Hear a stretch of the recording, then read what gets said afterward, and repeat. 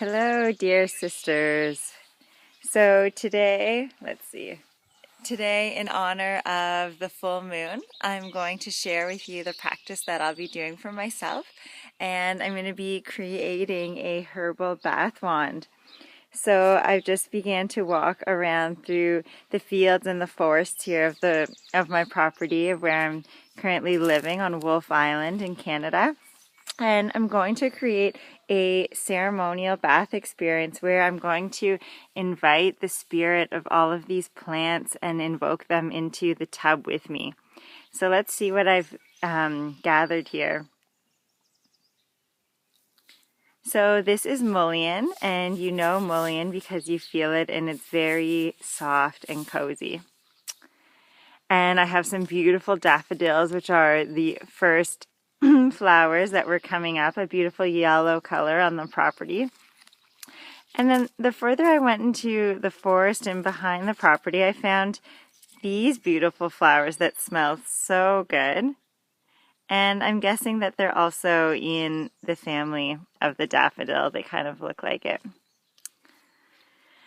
Another one of my favorites right now is this kind of yellow flower. It almost looks like a leaf, but it's indeed a flower, and it's a bush rather, and it's bringing so much color to the property. Of course, dandelion for spring is a must. And then I found so many other beautiful flowers. I don't know exactly. If you know what they are, please share. So I found this beautiful purple. It seems like I have a theme of yellow and purple going on. Nice crown chakra and Manipura fire center. One of the bushes from the barberry bush. What else do I have in here? And then I've also went to my garden and got some peppermint leaves. And we have a lot of sage growing, which is very cleansing and purifying. So I'm going to add that to my bath wand. Dandelion flowers. And then I'm starting to get more familiar with everything that's growing around me. And this is, I just found out, some burdock leaf. And a couple of that. And I've grabbed an organic chamomile tea bag that I'm going to also add to my bath. Oh, and then this is awesome, very healing. I'm very excited about this. Comfrey, which is growing wild everywhere right here. So this is kind of some of the area where I was picking these flowers and herbs.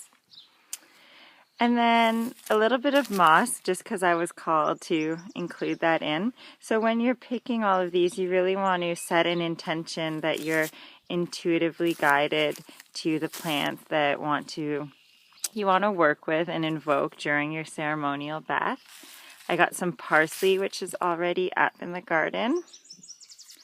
And then this isn't from the garden. This is actually just left over from groceries this week, but I wanted to include some rosemary. Oh, and yes, these beautiful, more purple flowers here. I wish you could smell them.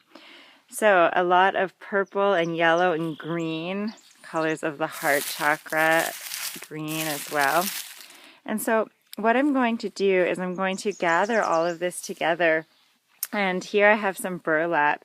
And I'm going to use the burdock and the comfrey leaves to kind of hold them as a natural basket and create a basket with the bigger leaves. And then I'm going to go ahead and start placing the other flowers and herbs inside of it.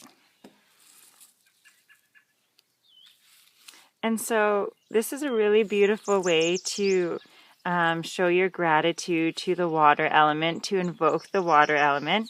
and to take a bath beyond the idea of it being relaxing or for it to simply wash the physical body, but also calling upon all of the properties, physical, emotional, spiritual properties of the plants. I'm doing my best to videotape here. I'm noticing that perhaps next time I'll have a stand of sorts.